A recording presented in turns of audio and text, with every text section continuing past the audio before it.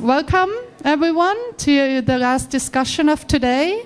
We're going to be talking about Finnish design and the Lokal gallery and two Finnish designers who are participating in the fair still today. I'm Katja Hagelstam from the Finnish Cultural Institute, which is an art non-profit based here in Brussels. And I actually wanted to ask the speakers to say a few words about themselves. Where you studied, maybe for you interesting. And I can say about Katja that she has founded Lokal Gallery in 2012, right? Yes, and it's basically the go-to place for Finnish design and art and crafts in Helsinki.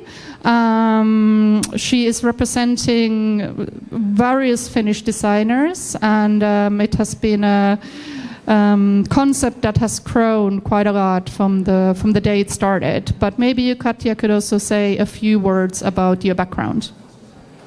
So should we? Do I start? Okay. My background is in photography, and I've been taking mainly pictures all my life of interiors and design objects, art overall. So it's been always like through my eye and through the camera I've seen a lot of design and art, and also through the camera lens I think I've got an eye of choosing or picking what I like and don't like, just through seeing, not through studying.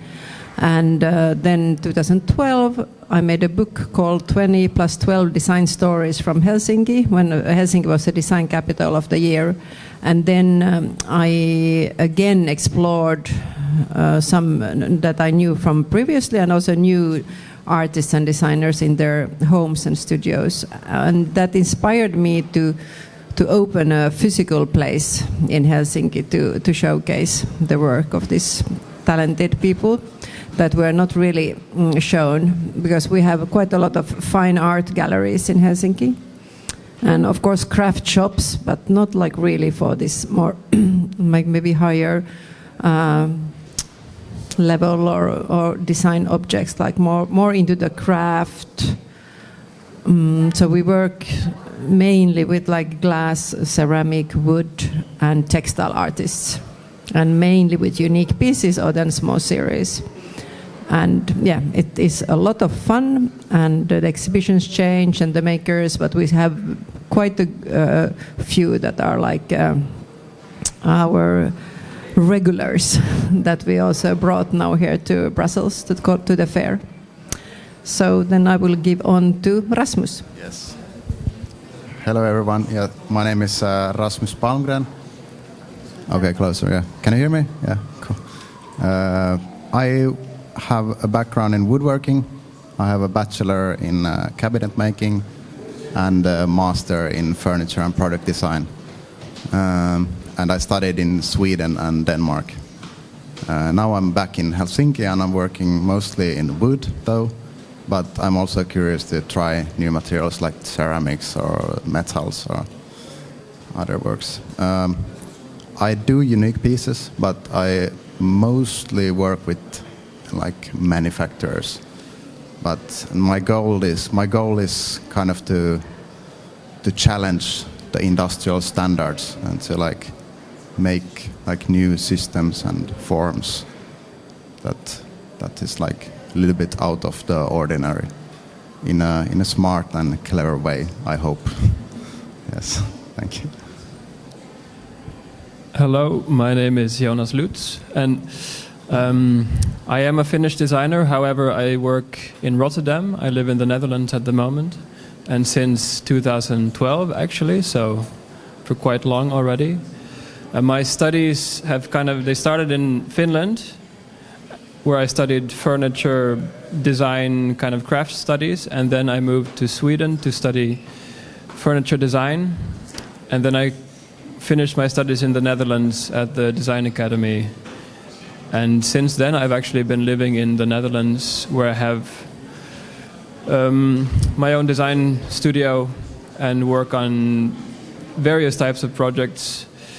I think I always say that my brain works in wood. So when I think about forms, I usually they take shape in wood very naturally for me, and constructions and so on. Often I play with kind of wooden forms in my head. But I've also kind of extended that to ceramics. I do quite a lot of ceramics work now, and have developed a specific kind of technique where I work with the plaster and ceramics in my own way. And yeah, I think I'm kind of like still finding my way through working for companies, working for brands, or doing unique pieces. And I think my goal is really to always have a balance between the two, because I think in working with unique pieces like what you see here, you can really challenge yourself and challenge the audience and try shapes that aren't industrially at all possible, but still has value for, if not yourself, maybe also for other people, or can be both, can work both ways. And I think products that you see here can often be refined or be kind of made into more industrial objects as well. So I think for me that I like to work about like maybe start a bit more conceptually or start a bit more freely, and then kind of over a process of refinement those things can end up being more industrial products. And that's why this is really nice, because here is a lot of like raw energy and a lot of ideas. Nice to see. So yeah. I was wondering, every time people ask me about Finnish design, which happens a lot because we have the Finnish design legacy, I always try to first avoid mentioning the word nature and the surroundings, because that's so stereotypical. But I think when we started to think about the name, or Katja specifically, about this exhibition here, I think we still quite soon, or especially you, came to the name By the Water, which is of course not only related to nature but has other elements in it as well. I wouldn't want to ask you how you see the Finnish background in your work, but maybe I rather ask, how do you see the influence, the international influence in your work? Because both of you studied abroad, and you quite soon kind of were part of the international design community, but of course you have your backgrounds in Finland. So how do you see that has affected, if it has, the way you work, or maybe the materials you work with?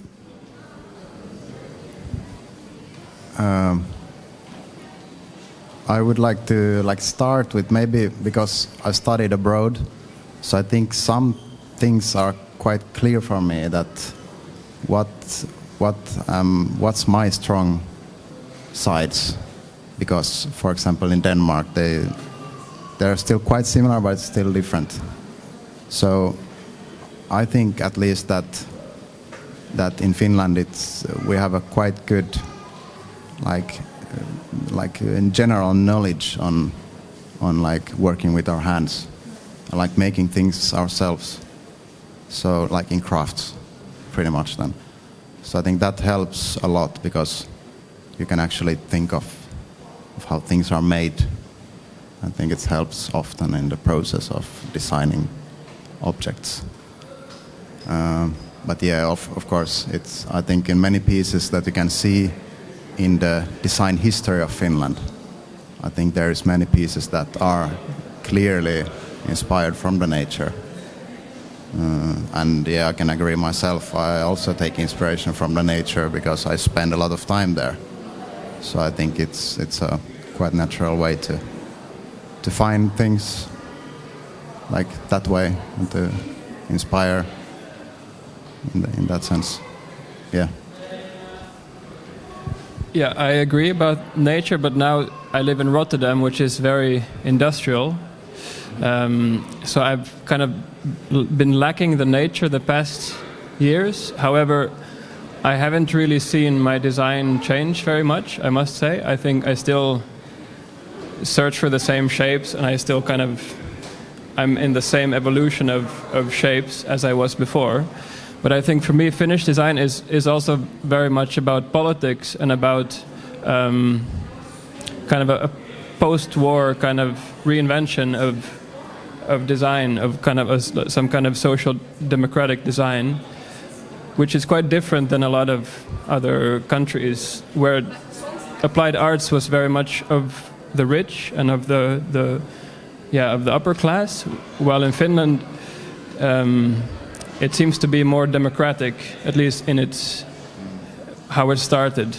And we were lucky that there was Aalto and there was Kai Frank, and there were these people who were able to shape that kind of reinvention in a really beautiful way, that kind of lay that foundation.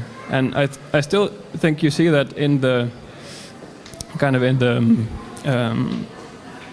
the legacy of different countries' design. Like Finland is building on that same kind of humanistic or like democratic shapes, while in countries that didn't maybe have the same kind of war history, or like in the Netherlands, for instance, they went through the war, but I think it was a rich country for a very long time. So they had this, and also in Sweden you have this kind of like continuing history of design. While in Finland, like it was really reinvented, really like almost from people were really open for modernism. So I think when I think of Finnish design, I think a lot about kind of the reinvention of something, that wasn't. And I tried to, in my own design, I also tried to keep that mentality that I don't have to kind of. I belong to kind of the Finnish heritage of design, but it's not really. I can reinvent it. I can make it my own, and I don't have to always look back.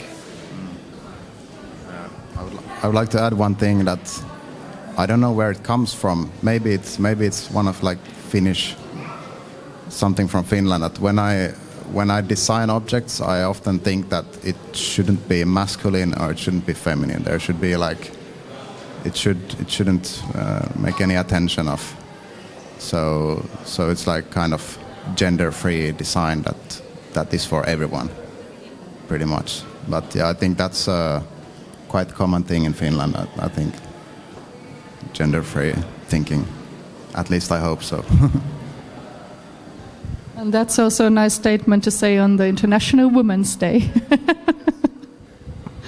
I was wondering, I actually checked a little bit on your webpage how you talk about yourselves, and I noticed that Rasmus had this really nice meaning. Actually, it popped up pretty much on the first page when you open it, which says that you feel you have the responsibility to impede overconsumption by designing long-lasting and sustainable products.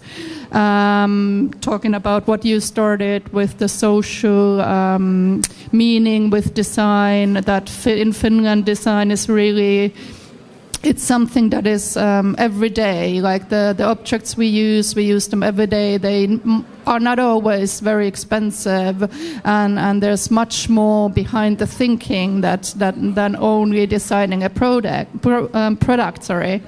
And also for Jonas, you're part of this urban collective. I'm not sure how to pronounce it. Urban, I'm assuming, which also is saying that it's a leading collective of emerging Nordic designers who stand for innovation, long-term sustainability, and considered craftsmanship. So how do you, all of you, actually see the future of design in general? Because previously it's still been a lot about consumption, buying new nice things. Of course, for the makers, you do it for a different purpose. But if you think about the whole industry, what do you think, and which direction are we going? And this is also for Katja.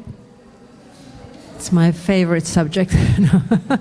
No, okay. I'm of course. I might be a very limited-minded, like optimist, but I really believe that now for about let's say 30 years we've been growing up with this very, very cheap interior design objects for our homes that have been easy to get, easy to change, easy to update, and of course we have been very happy because now you can redo your home with like a few €100 or a few thousands. You can really do, and then but that generation, like my generation, I kind of really now sick of it and are not in for that anymore, because you realize that it's not lasting, and when you move you don't even want to, or you can't even take the objects with you. And then the younger generation, again, like my children's my kids' age, they would never even go for it. They've already grown up in a way that they think it's like really an ugly way of living.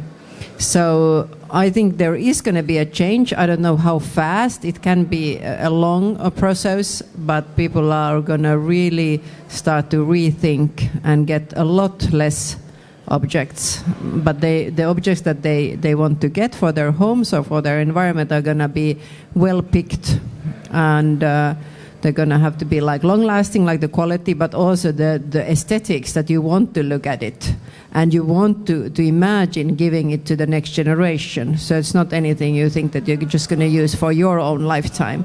And this is going to, I really hope it's going to change, but of course it's going to take a while. But I think it's happening already in the kind of people here in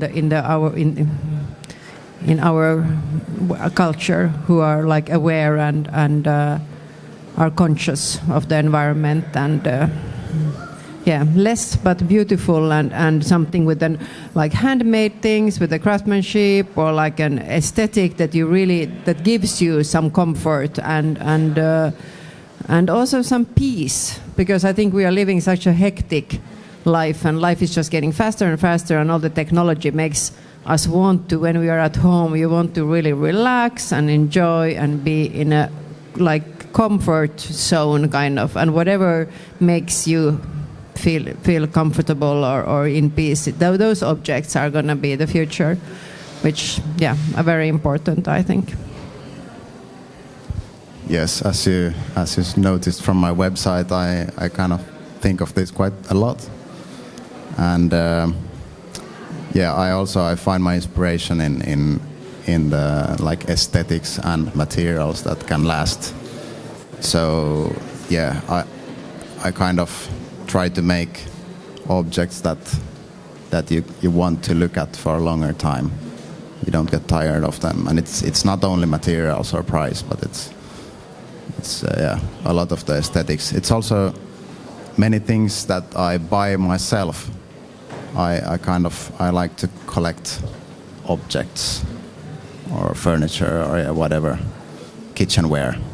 So I buy quite many things like secondhand, but also the objects I buy new, I kind of know that they last and they have a value for a longer time. So even if I put more money onto that, I'm motivated that if I one day want to sell it, I get something back. So I guess that if you do this like fast interior trick that Katja was talking about, so I feel like you maybe spend a few €100 for that, but when you want to sell it, nobody wants to buy it. So actually you're throwing away money instead of investing. So I think that's like quite important part of thinking. But I feel like right now there will be like more value on these things, and always that like crafts will be an important part of the objects and furniture or interior, that there's always like a consideration with the material and the technique, how is it made, not just industrialized. So yes. Yeah, I agree with what Katja and Rasmus said about the value of quality and the value of kind of making something or buying something that you can sell or pass along that doesn't lose its value. but I think at the moment, like what is very different than previously is how we can market and sell our products is more open and more free than it's ever been before. Like with social media and just with the opportunities that we have as designers and as small studios to show our work. And I think that really, it's quite an interesting time in that way. And I think a lot of people are still trying to figure out how exactly it works for them and how you can sell things and market yourself. But I think it gives really an opportunity that hasn't really been there before to work as a small studio, as maybe a small gallery, which is really interesting. And like personally for me, I should always think about the customer and the buyer or the end user, but I'm quite selfish when it comes to my design, and I usually design things for myself. In like, if I often, there's a lot of things I want to buy. In general, like I love products, I love things, beautiful things, but I often then think, well, I could just make that, and then I do it, then I make my own version of it, and then it ends up being something new. So for me, this kind of impulse to buy or to shop becomes also a way for me to just keep on making things. And like our home is all full with the stuff that we made ourselves, and I think that's a nice way of kind of, you make things, you try things, you develop them over time in your home, and then slowly they kind of end up being products that might become available. So for me, it's also very much kind of an internal process that in places like this you kind of see some results from that, and it's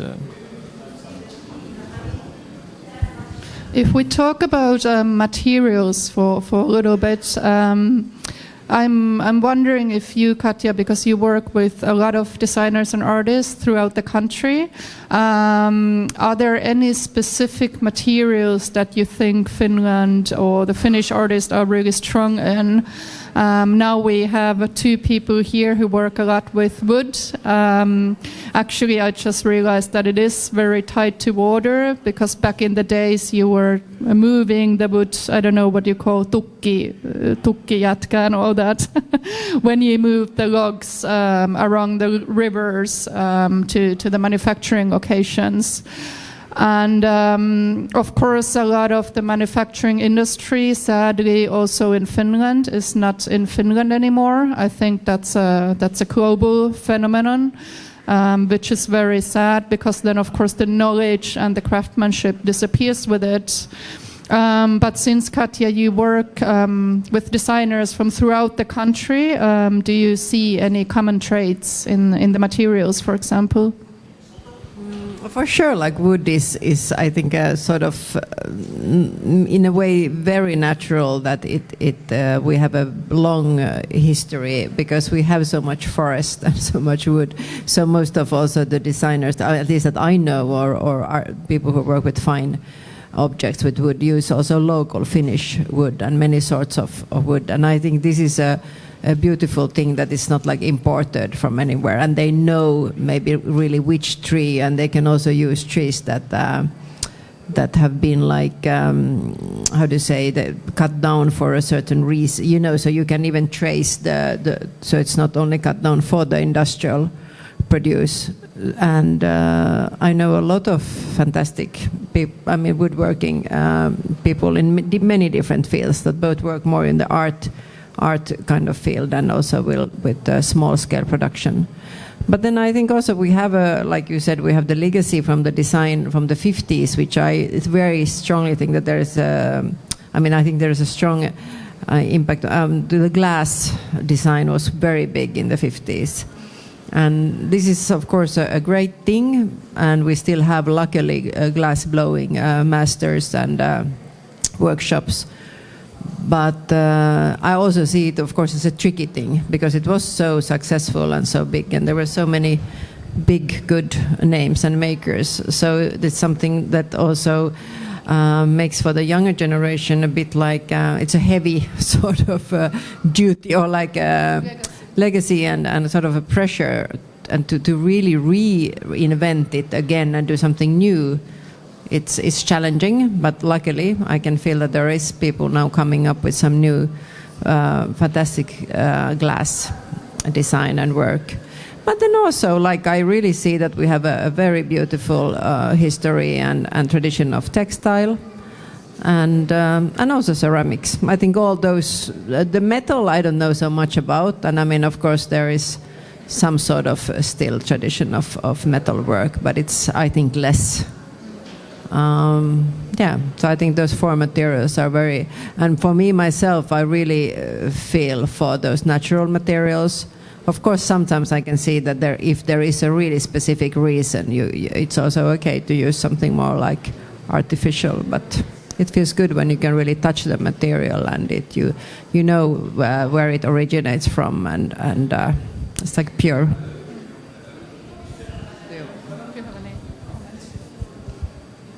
No. Okay. Does our audience have any questions about the booth or Finnish design or anything? No. Maybe I could ask you one more question. I think the questions I always get, I've been doing the same work in Japan and in New York, like around the world. And I think the questions about Finnish design are always the same. It's always, is it related to nature? How much? Does everything come from there? And then every time you ask about, okay, so which Finnish designers do you know? You get Alvar Aalto. So Finland obviously has a huge legacy in architecture.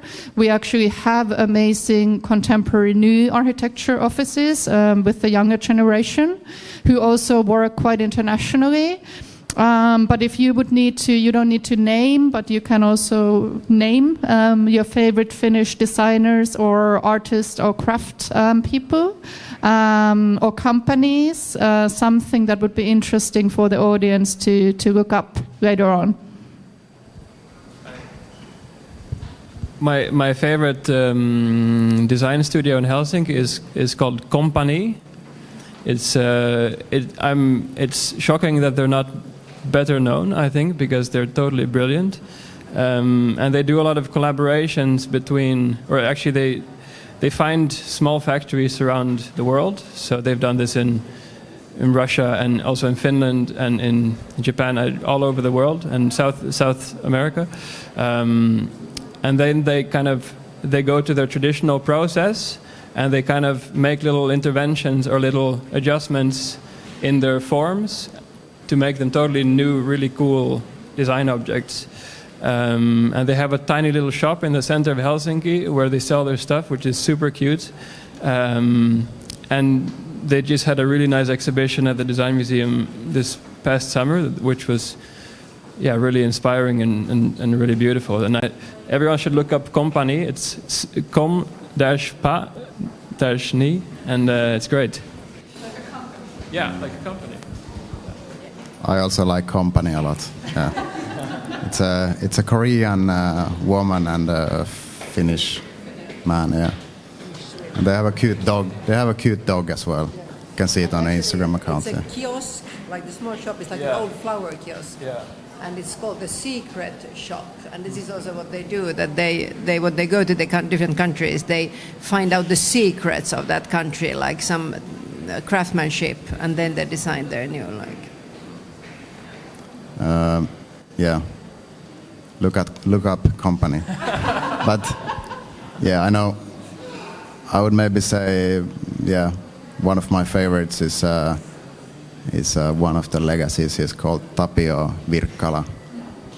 He has made some really nice pieces, and how he used to work with the materials is highly appreciated.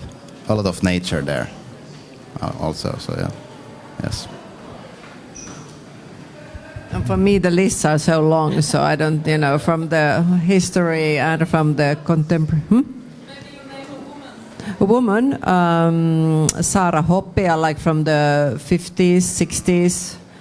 Gunnel Nyman. There were quite a few, and in textile also many, and in glass, yeah, in many materials, ceramics. Oh my God. Auni Siimes and Kyllikki Salmenharra. I don't know. There were so many. But also from today, they're like more like independent also makers again, which I think is beautiful, and small, not so many like small studios. It's more like independent makers. And then of course, like you mentioned, there's a lot of, I think, new nice architecture also going on. And like, let's say, like as an example, just from the small scale is, I think, Nikari, who are really producing in Finland their furniture, and it's beautiful and really high quality that can last for generations. So there is good things starting and happening now, I think, just in the last like 10 years. Yeah, I would definitely say that Finnish design and the whole scenery, I mean, the whole country has changed a lot in the past 10 years, probably. But still, unfortunately, I would say Finnish design is a well-kept secret. So the name Secret Shop is a quite telling one. There's amazing knowledge and craftsmanship, but it's just not out there on a scale it should be. So there's a lot of work remaining for us all. Thank you, everyone. And if you have any questions or want to look at the booth of Lokal, you still have, I think, 1 or 2 hours time to do so. Thank you.